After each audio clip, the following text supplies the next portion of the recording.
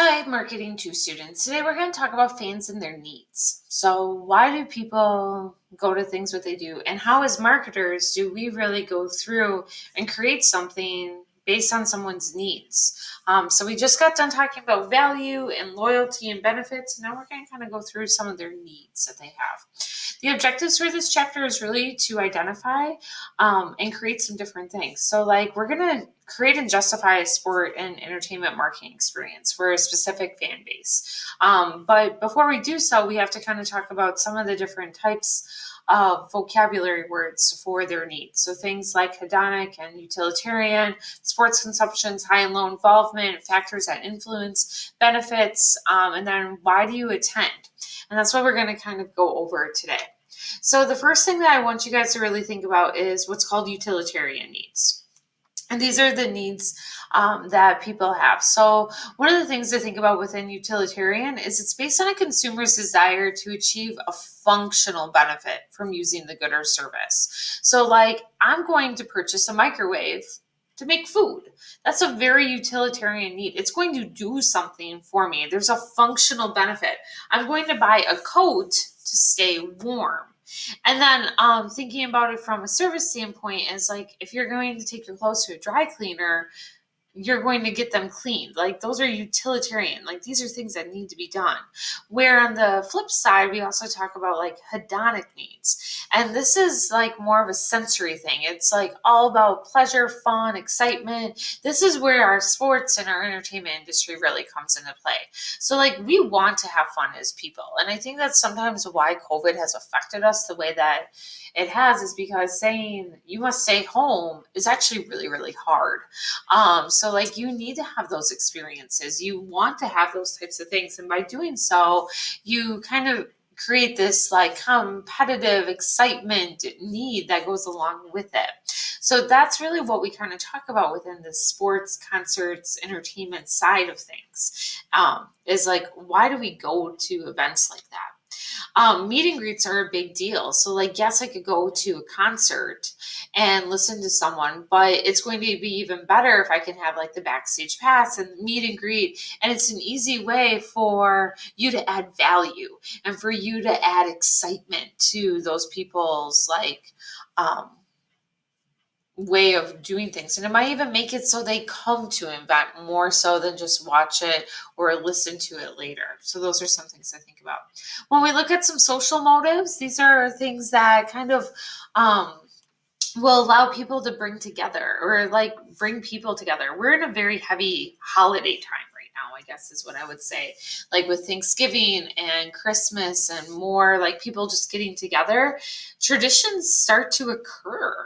And you kind of start to create these traditions. So I was talking to someone and they go up north every summer and they have like this fishing contest with their family of who gets the most fish, who has the biggest fish, who has the smallest fish, and they even have awards that go along with it.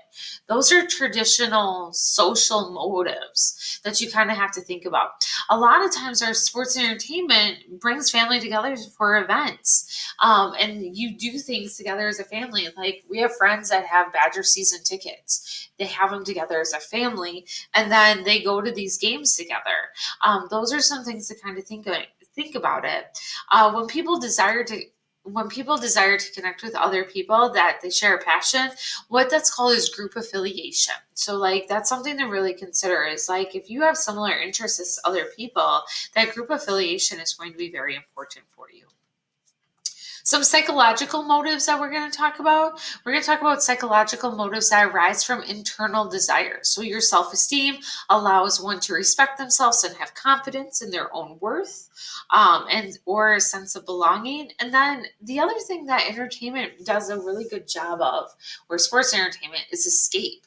A lot of times we need to escape our daily lives, and by doing so, we'll tune into a sports game or we'll watch a concert or we'll binge Netflix or whatever that escape kind of looks like. But sometimes we need to have that as part of it where you can almost what I would consider like decompress your day and like it just kind of helps you feel a little bit better. And that's part of that SEM as well as how does that happen or how does that work?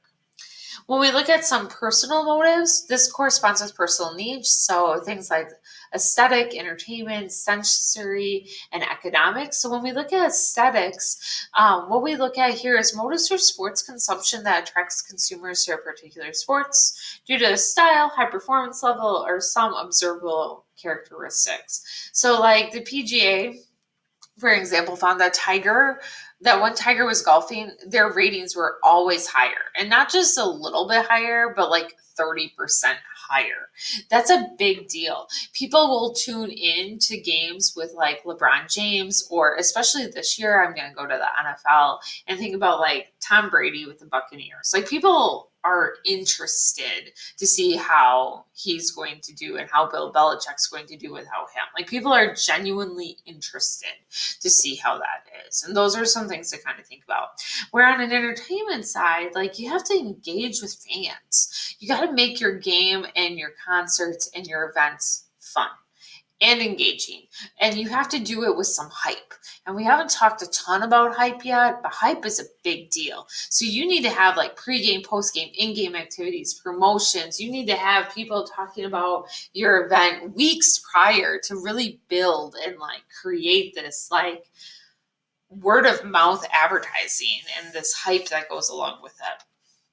When we look at personal motives continued, we also look at like sensory stimulation. And basically it's like how people feel when you're there. It's that excitement, it's that rush, it's the smell, it's the music, it's all of those things. All of your sensory parts are there. For NASCAR, sometimes they're waiting for like the big race or like a huge crash, which is never a good thing. And hockey, you always wait for the fights. Like those are some things to think about. When we look at economic links sports to gains similar to what an individual might get as a result of gambling. So like people want to win stuff. The other day here's a trivia question for you. All right. So Hardo and I both went to Oregon State Bank, or One Community Bank, I guess is what it's called. And we got our pictures with Santa Claus. And I told her about it, and she won $100. So food for thought. I'm going to ask you who won $100 at the very lovely Santa Picture Day. But people want to win stuff. People want to win money or gamble or get 50-50 raffles. It just creates more excitement. And a lot of times that money sometimes goes back to charity as well. So those are some things to think about. That's all about that economic side of things. So like, how do you get something out of it? How do you get people to want to come and spend their money to do so? The other thing that we're going to look at today is we're going to look at cognitive involvement. So like when we look at involvement, what we're looking at is that psychological process of why we get involved, why we question or understand. Do we know what the game is? I was terrible when I first moved to McFarland, and I never understood the rules of soccer. Like I was absolutely terrible about soccer. I never knew what was going on. I knew the premise of the game was to get the ball into the net. And that was like really all I knew about it. Now I have learned more. I just want you to know this. I've learned more. But those are some things to kind of think about. So cognitive involvement is like, what research are our fans doing before coming to the event? Do they understand the game? Do they know what's going on? What perceptions do they have? So like, what do they perceive the sporting event or concert or entertainment event to be like? So like, I think of Disney. Like if you go to Disney, you're going to do some research prior to going to Disney. I want to know like where I'm going to go. I want to know the general layout of it. But you also have to think about what that perception is. Like it's the happiest place on earth, but what perceptions comes along with it? I think of long lines and expensive food. That's what I think of. But those are some things to kind of think about. So how do you make decisions on whether or not they want to come? Like I really don't have a desire to go to Disney. My girls have to be much older because they're going to remember it because I'm only going once. That's my plan. So that cognitive involvement is going to be part of it. The other thing we look at effective involvement. So this is the interest in expending emotional energy and evoking deep feelings about an offering activity or decision. So think about like the emotions that go into it. Does it make you feel anxious or overwhelmed or happy or excited? Is there stress that's involved in going? Is there Like, what else is it? I know for Disney, I'd be really stressed. It's expensive. I have 3 little kids and I definitely don't want to lose them. I don't like to fly. And I'd have to fly if I go to Disney. And like all of those things would have some of those emotions that goes along with it. So you have to look at what those emotions are. And then the other thing that we look at is low involvement. People want options to be kind of lower involved. So like these are not avid fans. I kind of like it. I just kind of want to tune in. I want to know my basics, but that's about all I want to know.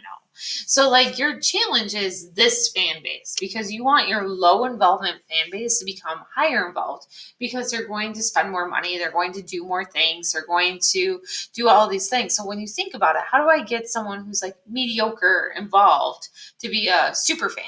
Or to be more of a fan, because it's easier to turn low involvement into high involvement than it is to turn no involvement into low involvement. And we'll kind of talk about customer acquisition and like you already halfway have them. So let's get them more. And that's kind of the general rule of thumb within this one. When we look at the situation-based identification, this is kind of talking about fans that follow a team or individual because of a special event or circumstance that helped heighten their interest or attention. Most of the time, we call them bandwagons. So I'm a bandwagon fan. I'm not going to lie. When it comes to the Brewers, I will watch a Brewers game if they're doing well. Other than that, I'm pretty much never going to watch baseball. That's just what it is. Those are things to think about. People tune in more during the Olympics, and then they'll start to be able to talk about gymnasts and like track and field and this and that and the next thing. But if it's not an Olympic year, they probably don't know that. So those are some things to think about. Again, World Cup, same thing. I'm a bandwagon fan. I'll pay attention because it's kind of exciting, but I'm not totally there. So these are the people who you want to try to get more involved, to like it more, to do things with it more. And then we look at that geographic based identification. So, like, you like someone or you like something because of where you're located. So, like, you're going to hate me for this. Trivia question number 2. I was never a Badger fan before moving to Madison. I never even watched a Badger football game before I moved here 12 years ago. I definitely am a Badger fan now. That's geography-based identification. I identify with a team because of my proximity. I became a Badger fan because of my proximity. So geography-based identification kind of goes along with this. Teams that I often identify based on their geographic regions for us is like the Green Bay Packers, the Milwaukee Bucks, or the Milwaukee Brewers, or for me, the Wisconsin Badgers. And then we look at our high involvement. So when we look at our high involvement, we're looking at these people who have a stronger, more enduring relationship with their brand. They typically start off kind of low involvement and then they grow. And this is where the bread and butter comes in for marketing. We want high involvement because they're going to spend more money. They're going to talk about it. They're all in. They live and breathe whatever it is that they're enjoying. So we really want this to happen. And it's really important for us to get there. And then we look at that emotion-based identification. So how does that emotion happen? So it's based on differing from low involvement to high involvement. Fans express their relationship. So a lot of times they'll buy products. So like coffee mugs, t-shirts, sweatshirts, whatever with their brand that they have on there. And then emotional-based fans are huge supporters and they spread it through word of mouth. They like them on all of their social media platforms. They listen maybe to their podcasts and like they're definitely big supporters. And that's a big factor that we look at. And then the last one that we talk about is what's called self-concept based. And self-concept based are people who are highly involved fans that identify that their team identifies as part of themselves. So I always joke that like my husband's like weekend is either very positive or negative based on how the Packers play. Like he is this self-concept. He is so incredibly involved with their success or their losses. It's kind of crazy.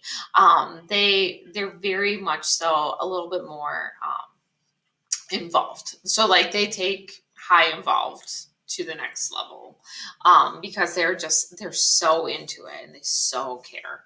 Those are some things to think about. So that's where we're going to stop for the day. So I just want you to know those. You're going to see a Google Doc out from me as well that kind of helps you. Like, I want you to like copy and paste or type in all the vocab because there's a lot of vocab from this chapter. And then we'll kind of go from there. But if you have questions, email me, call me, talk to me, whatever. But yeah, thank you.